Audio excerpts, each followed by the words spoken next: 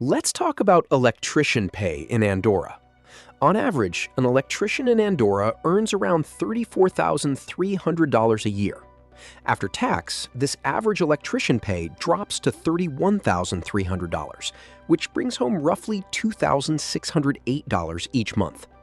Salaries in big cities go up compared to rural areas, so an electrician in Andorra la Vella can see a take-home pay of $36,900.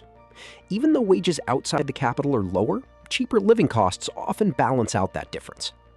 Entry-level staff start well below the main electrician income, but pay rises quickly early on, before it plateaus unless you move into supervision.